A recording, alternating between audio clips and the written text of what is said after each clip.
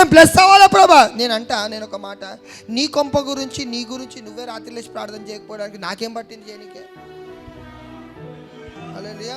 నీ పిల్లల గురించి నువ్వే రాత్రి ప్రార్థన చేయకపోతే నాకేం పట్టింది చేయనికే?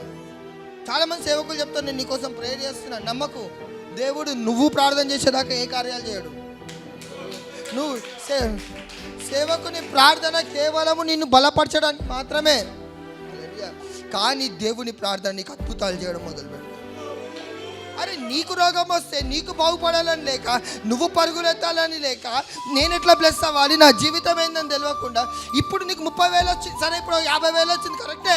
కానీ రేపు రేట్లు పెరిగిన తర్వాత నీకు మా అంటే నీకు ఒక 1,000 రూపాయలు నీ జీతం ఇంక్రీజ్ అవుతుంది నెక్స్ట్ మంత్, నెక్స్ట్ ఇయర్. అప్పటిలోపు 10,000 రూపాయలు ఖర్చులు పెరిగినాయి. ఏం చేస్తావు? హల్లెలూయా. అంటే నువ్వు దేవుని దగ్గర మొదలుపెట్టినప్పుడు నీ ఖర్చులు పెరిగిన కొలది నీ ఆదాయం పెంచడం మొదలు పెడుతుంది. అందుకే నువ్వు సమయం తీయాలా లేదా?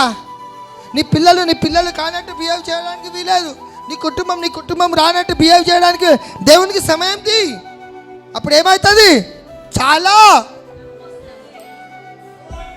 హల్లెలూయా చెప్పండి, చాలా. అందుకని కొంచెం సమయం కేటాయించు దేవునికి. ప్రార్థన చేసుకుందాం అన్నప్పుడే బిజీ. నీవు ఎప్పుడైతే బిజీ అవుతావో దాని అర్థమైందో తెలుసా? రేపు నీకు ఆశీర్వాదం రాబోతుంది. అప్పవాది ఈరోజు నేను బిజీ పెట్టు.